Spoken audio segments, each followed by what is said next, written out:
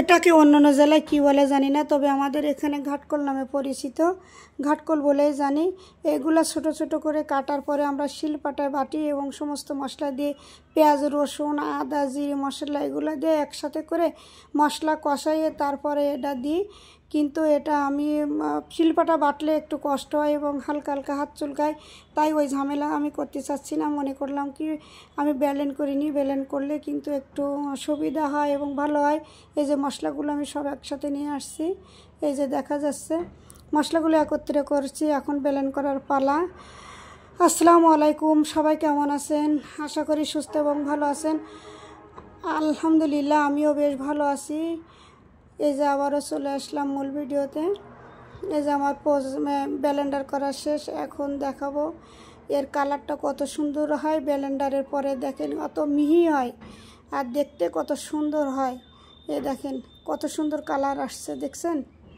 এইগুলা এখন চুলার পরে দেওয়ার পরে একেবারে শুকাই যাবে আর কি। চুলায় দিলে আমি প্রথমে মাল মশলা সব কিছু দিয়েছি, তারপরে মশলাটা লাল লাল হওয়ার পরে ঘাটকল দিয়েছি। ঘাটকল দেওয়ার পরে আস্তে ধীরে নাড়ানাড়ি করার পরে এটা একেবারে কালার কালো হয়ে যাবে, মনে করেন চেঞ্জ হবে কালারটা। তারপরে এটা মনে হবে যেন খাবার উপযোগী এটাই হয়। নাহলে হালকা যদি রস থাকে তবে এটাকে গাল চুলকায়, কিন্তু না, এটা আমরা একেবারে শুকাই ফেলাই। শুকাই দেখেন কত সুন্দর কালার করছি। এই কালারটা অনেক সুন্দর হয়েছে এবং খেতেও দুর্দান্ত, মজা হবে অনেক খেতে। এই যে আমার রান্নাবান্না শেষ, এখন আমি ভাত নিয়ে বসছি। এই যে খাওয়ার পালা, খাওয়া শুরু করছি। এই যে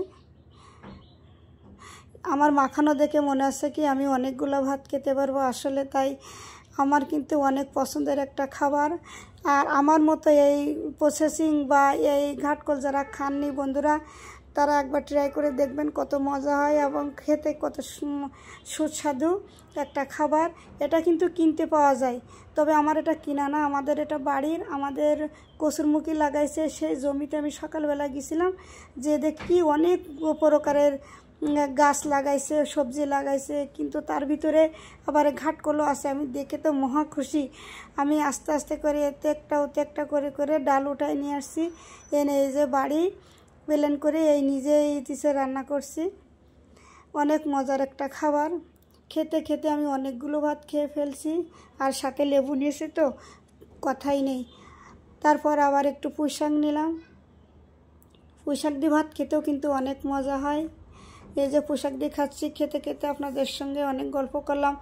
সবাই ভালো থাকবেন, সুস্থ থাকবেন। আমার ভিডিওতে সবাই লাইক কমেন্ট করবেন। আল্লাহ হাফেজ।